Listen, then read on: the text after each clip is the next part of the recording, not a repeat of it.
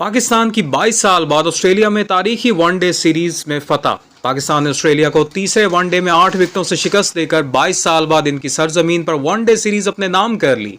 कप्तान मोहम्मद रिजवान ने टॉस जीतकर बॉलिंग का फैसला किया और पाकिस्तानी बॉलर्स ने शानदार कारकर्दगी का मुजाहरा करते हुए ऑस्ट्रेलवी टीम को 32 ओवर्स में 140 रन पर ढेर कर दिया। ऑस्ट्रेलवी बल्लेबाजों में मैट शॉर्ट ने 22 और सिंध बॉन्ड ने 30 रन बनाए। पाकिस्तान ने 141 रन का हदफ 27 ओवर्स में सिर्फ 2 विकेटों के नुकसान पर हासिल कर लिया। ओपनर साइम अयूब और अब्दुल्ला शफीक ने उम्दा आगाज फराम किया। साइम ने 42 और अब्दुल्ला ने 37 रन बनाए। बाद बाबर आजम 28 और मोहम्मद रिजवान 30 रन के साथ नॉट आउट रहे। पाकिस्तान के बॉलर्स में शाहीन शाह अफरीदी और नसीम शाह ने 3-3 विकेटें हासिल की, जबकि हारिस रऊफ ने 2 और मोहम्मद हसनैन ने 1 विकेट हासिल की। ऑस्ट्रेलिया के बॉलर्स में लॉन्स मॉरिस ने 2 विकेटें लीं।